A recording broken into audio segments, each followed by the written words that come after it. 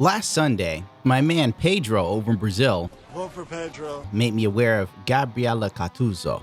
I probably said that wrong. Who, from what I'm told, is a gamer/feminist. How goes? So we already know where this is going. Now, you may have already been made privy to the fact that she recently lost her sponsorship with Razer. And the articles written by Kotaku and Vice are kind of very one-sided. They don't cover everything, really. They're just like, okay, here's the subject, and that's it. Men are bad, especially on Kotaku. But Pedro made me aware of this literally on Sunday when the shit was hitting the fan. Whereas to the major games media picked up on it around 2 to 3 days later. They simplified the whole thing by just saying that Gabriela said that all men are trash, which she did say. But they said that she said this in response to being sexually harassed. I guess context and is all really going to be subjective. Whereas to I feel what was said wasn't that extreme and not that crazy. Whereas to most people today, especially the very left-leaning and the social justice types, scream everything is sexist.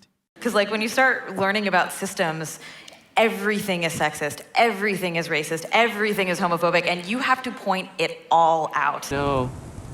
Racist, sexist, homophobic. Homophobic. Well, if that's the case, this bottled water is sexist, racist, and homophobic. Damn you, water, damn you. Now, the trait installation I got from Pedro, it all started with her riding a mechanical bull. The caption said, "I'm mounted on the chat." She said this on the 21st. From what I'm told, this is implying that the chat is made of cucks, and I quote. Now, the guy in question said to her, "You can mount me anytime, I believe," with a smiling and winky face. This is the comment that sent her flying over the edge. This one little comment that is easily ignored, it's nothing. You know, it means absolutely nothing. This is what we call sexual harassment now. A guy making a tweet, "You could ride me anytime, winky face." And she's like, "Oh my God, the misogyny." It was as if he sexually assaulted her with words. That's all it took for her to go nuts. So she immediately fires back. There's always going to be a fucking male to talk shit and sexualize a woman even when a woman is making a joke, right? That's why men are trash. There you go. And then it just started to snowball, honest to God. Because considering, I don't know how she could have that sort of comment and reaction when she knows her fan base is predominantly male. From what I understand and what I'm told by Brazilians, her fan base is mainly dudes. It makes sense. I don't think women are breaking their neck to go to her Facebook page to watch her stream there. You know? So the snowball effect comes into play. One guy called Zoogeek, I have to do my own translating. Zoogeek, I can't get his name right. "You don't need to generalize all men and say that they're trash." To which she replies that it is necessary because at the first opportunity, men are bad for women. Men who are not shit are the exception, not the majority. It's necessary to generalize for these motherfuckers to wake up. So she's going full tilt. You know, someone's like, "You don't have to be this way." And she's just like, bam, bam, bam, you're bad. You have penis, naughty penis. Literally, I have women now DMing me personally and saying way more sexual stuff than this. And I just laugh it off. If a woman says she wants to nail me, I'm kind of like, "Ooh, oh, ma'am, oh, is Friday good for you?" You know, this chick's like, "You evil sexist pig." I mean, literally, it's nothing. But as I've been told before, she has a history of this sort of outbursts, especially towards men. So with her continuing to double down with her viewpoints, of course, it's going to get worse. It's Brazil. Like, Brazilian people are very passionate. I remember when the Germans beat them in FIFA in 2014, the whole country was weeping live on television.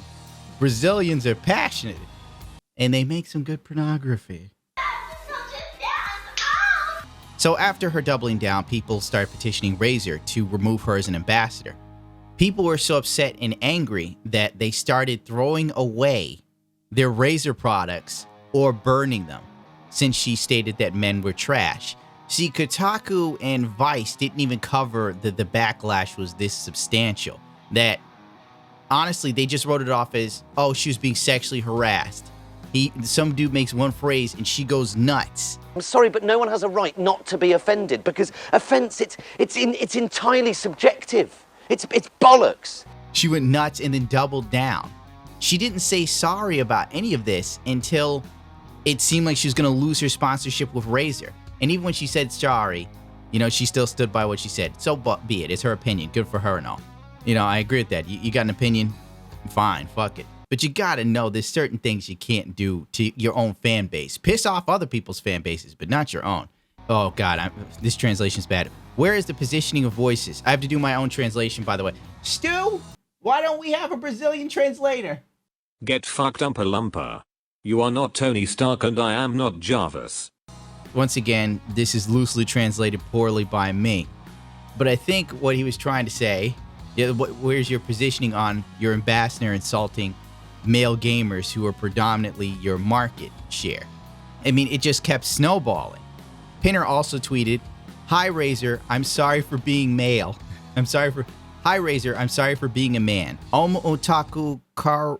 Oh my God, I can't read Portuguese, bro. Who said it is not right to involve the entire gender, from one comment. And this is coming from the Razer ambassador. You gotta hate Google Translate, bro. So after this huge backlash in Brazil, Razer decided to cut ties with Gabriela.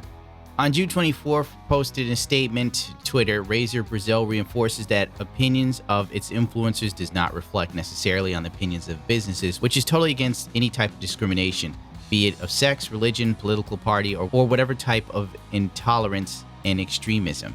I don't feel she should be harassed, even if she has a history of pissing on her male fan base.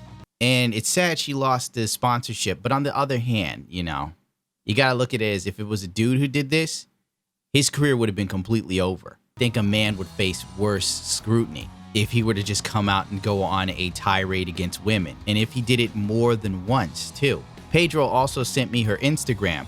2 days beforehand, she posted a photo that is, I quote, sensual on Instagram, and asked her followers to describe her photo with emojis. Yeah, like that's not gonna go bad. Then played with her followers, but when someone joked too, she went crazy. Funny, especially considering that most of her audience is male. Now, once again, as I stated before, Kotaku and Vice painted it in one direction, that she was sexually harassed and then she was threatened. They don't speak out that she antagonized people a bit, got into a full-blown war with people on Twitter, and it was a snowball effect. Instead of like just backing down and letting it go, she kept reaffirming what she felt was right. And honestly, I still feel the comment of "you can ride me anytime" winky-faced wasn't the ground to just go on a anti-male outburst. This is why it went as far as it did. She could have let the comment go and it wouldn't have been an issue. She could have not called every man trash for a simple joke, honestly. And if you go through Kotaku's comments, you will see someone write, "because men are trash," you know, and so on and so forth.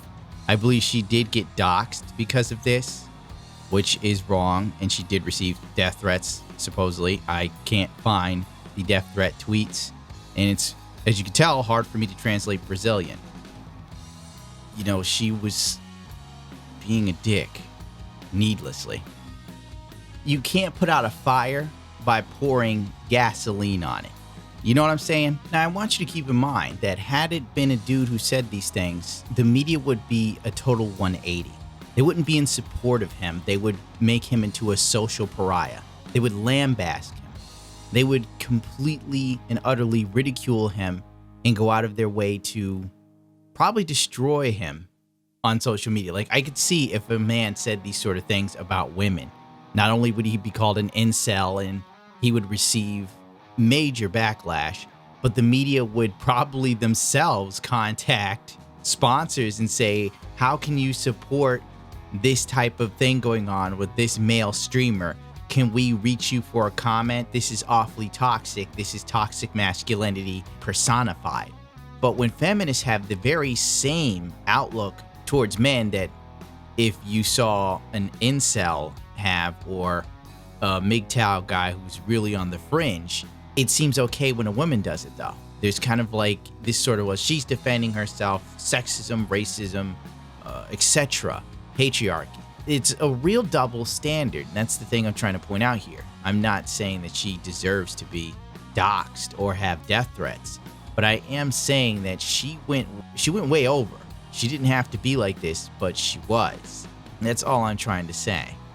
It's just the media is definitely in her corner, and they're not even speaking about how a majority of people didn't send her death threats or anything. A majority of men were telling her that it wasn't cool that she was saying this. Her fans are actually saying like, whoa, this is a bit much. But the way it's painted as toxic masculinity, these men were attacking her. This is how men are on the internet. Men are bad. Don't even bother reading the comments on Kotaku. It's just an echo chamber of progressivism. Hot damn mess. The next video should be funnier. I spent way too much time on this.